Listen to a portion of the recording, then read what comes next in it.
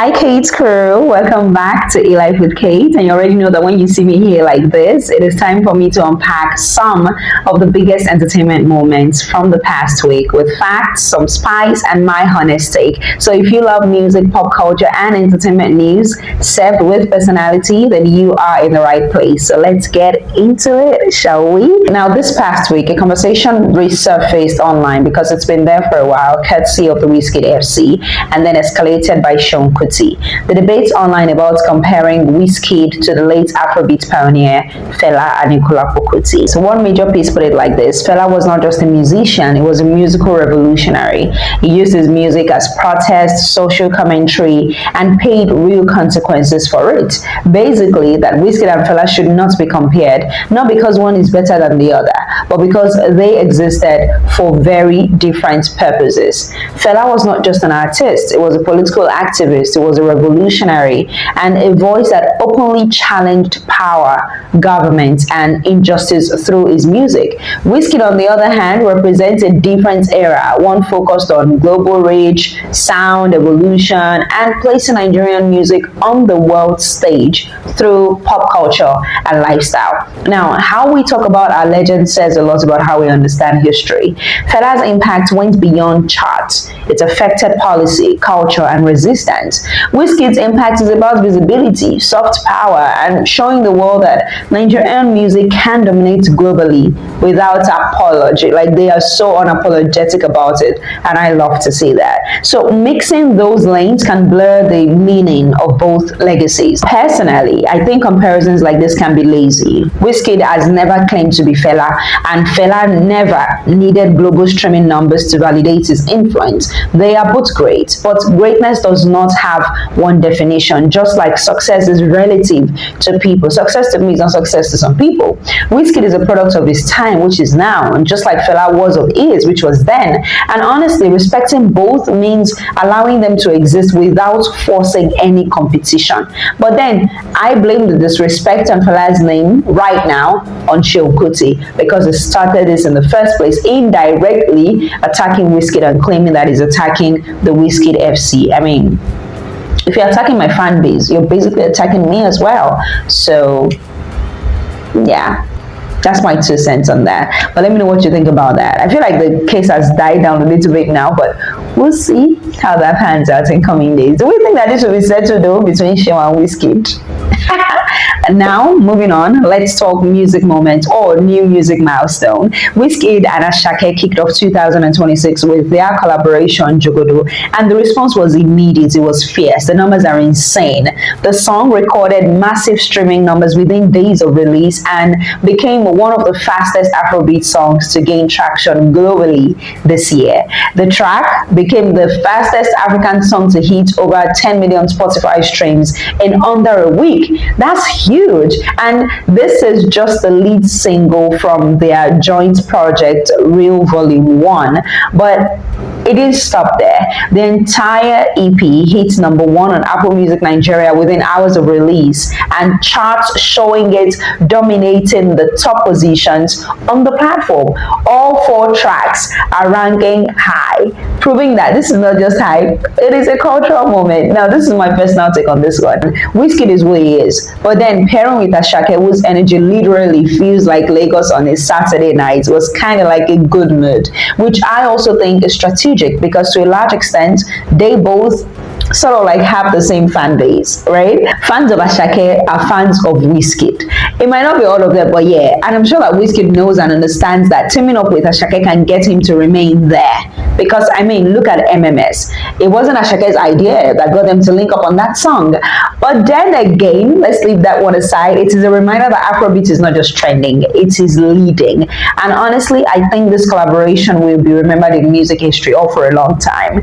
And I also feel like this is important because collaborations at this level don't always work, especially when both artists are strong brands on their own. But what I love about this collaboration is how intentional and again strategic it feels right. Another huge moment this past week came from Tems, who officially became the first African female artist to reach #1 on the UK official singles chart. Woohoo! And this milestone adds to a growing list of international achievements for her, following years of steady global collaborations and recognitions, of course. And I think that this is bigger than one chart position. For African women in music, global success has often come with limits, certain genres, certain roles, certain expectations, and whatnot. So Tems breaking these records challenges those limits and expands what's possible for artists that are coming behind her. And what stands out to me about Tems, I think it's the patience. She didn't rush her growth, and she didn't compromise her sound to fit into anyone's box, which is something that I really love about her and Asake. Because if Asake was going to look at the criticism that he got when he was always singing in Yoruba, I'm not sure where he is today. I don't know. But yeah, back to Tems. These achievements feels earned to me, and it is not manufactured. And honestly, it's refreshing to see an African woman win globally while staying rooted in who she is. Because again, I'm trying to imagine if Tems had changed her sound or gone another route after complaints or criticism about how she does not sing for the Nigerian audience, you know. Would these milestones have been possible? Well, I guess we'll never know. But now, on a final note, 2026 Oscar nominations are in. The Academy Awards released the official nominations for the 2026 Oscars, and this year came with some surprises. Well, not necessarily, but one standout was Sinners for me, directed by Ryan Coogler. It made history by earning a record high 16 nominations, more than Titanic or La La Land, any movie ever even. Now that's big, so congratulations to the entire cast and crew of the movie Sinners. But of course, several films across different genres also received recognition, showing a broader range of storytelling being celebrated. Other nominees, big nominees, include One Battle After Another with 13 nominations, Amnet, Begonia, Sentimental Value, Frankenstein, amongst others as well. There are nominations for Best Picture, Best Director, Best Actor, Best Actress, the whole spectrum basically. But what's especially cool for me is that there is diversity in both films and nominations this year, and the Oscars setting new records feels like a fresh chapter for Hollywood. I'm waiting for when a Nigerian film would also get some of these nominations and maybe win as well, right? But moving on.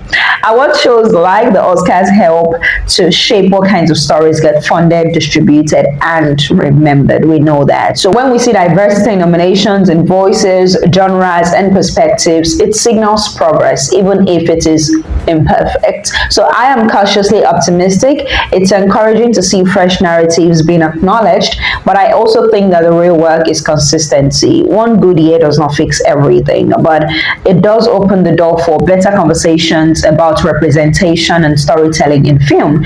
I don't know about you, but I am already buzzing about who might win what on March 15th. And of course, I am looking forward to Teyana Taylor maybe winning the Oscars for the Best Actress in a Supporting Role. I'm looking forward to that. I don't know why Taraji P. Henson was nominated for Straw. It was in the eligibility window, but it still did not get a nomination. She also did not get a nomination. I'm thinking maybe because it did not appeal to the jury, or because it was on a streaming platform. And I was hoping that Regina Hall was also going to get a nomination, but I guess Teyana Taylor got it for the team. Let's put it like that. But again, March 15th, we'll see how that goes. So yeah, Kate's Crew, that's my roundup of the week. Big wins, thoughtful conversations, and moments that remind us how powerful entertainment can be when it is indeed done right. So let me know in the comments which story stood out to you the most and how you feel about it. Don't forget to like, drop a comment, subscribe, share, hit the notification bell so that you don't miss any updates, and I will definitely be seeing you in the next one. Thank you so much for watching. My name is Kate Adiegu. Bye, Kate's Crew. Mwah.